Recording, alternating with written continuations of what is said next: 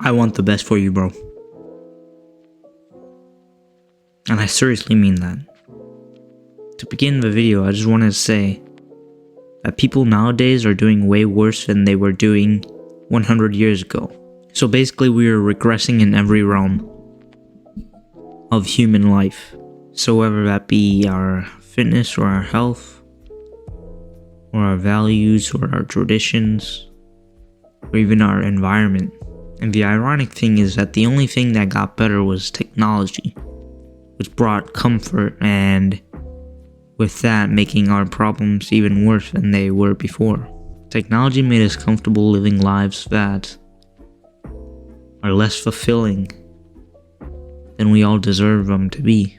And since I want the best for me and you both, I invite you to join me on a challenge that I'm going to be partaking in tomorrow. I call this challenge the Exponential Challenge.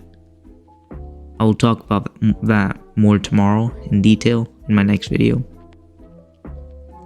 Basically, what you need to know is that this challenge will be embracing the core philosophy of self-improvement, which is improving little by little every single day.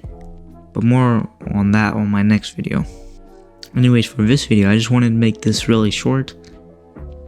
So there was a study once done on mice, where the study was measuring the effort that the mice would exert when it's running.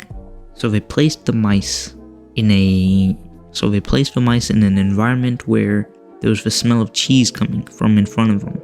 So this, as you might have guessed, made the force that they tried to move to get the cheese was way greater than it would be normally if there was no cheese. Afterward, they tried the same experiment and they kept everything the same, but they added a cat behind the mouse. And so when the mouse got the smell of a cat behind it and the smell of cheese in front of it, you probably have already guessed what happens, but the mice's pull on the string that was measuring the force was way greater than if it was just with cheese or if there was no cheese at all. So what does this mean in your daily life? Not only do you have to avoid the negative influences on your life, you have to also seek the positives. So let me give you an example. So if you have something like an addiction that you're trying to avoid or quit, not only do you have to avoid the addiction and its cravings, you also have to seek some fulfillment in that in that time. So you have to replace the time that you're spending on whatever you're spending it on to something actually productive.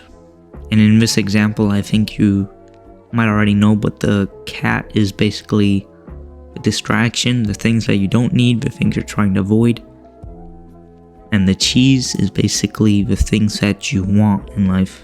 If you want another example, there's also the example of escaping a bad environment.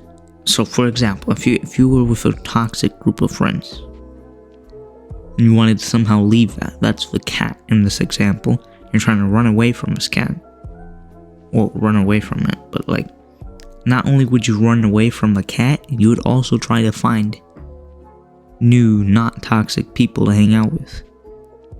So what this does is not only do you not only run from a cat, you're also following the cheese as well. Because if you're only running from the cat, you're not going to try to actively look for other people to hang out with. You're going to be a bit lonely. And you're like, you know what? It's better if I just hang out with the toxic people. At least I'm not alone, you know what I mean? So not only do you have to avoid the cat, you have to seek the cheese as well. There's another benefit to this actually. When you seek the cheese and you actually find some actually supportive friends in a good friend group, the toxic friend group will see that you already have other friends and other people to talk to, and they'll find someone else to criticize. So this did help open up your perspective to other things, or maybe you did learn something from this video.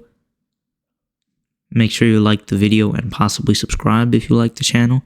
I'd appreciate it, bro. Thanks. And until next time. And make sure you watch tomorrow's vid.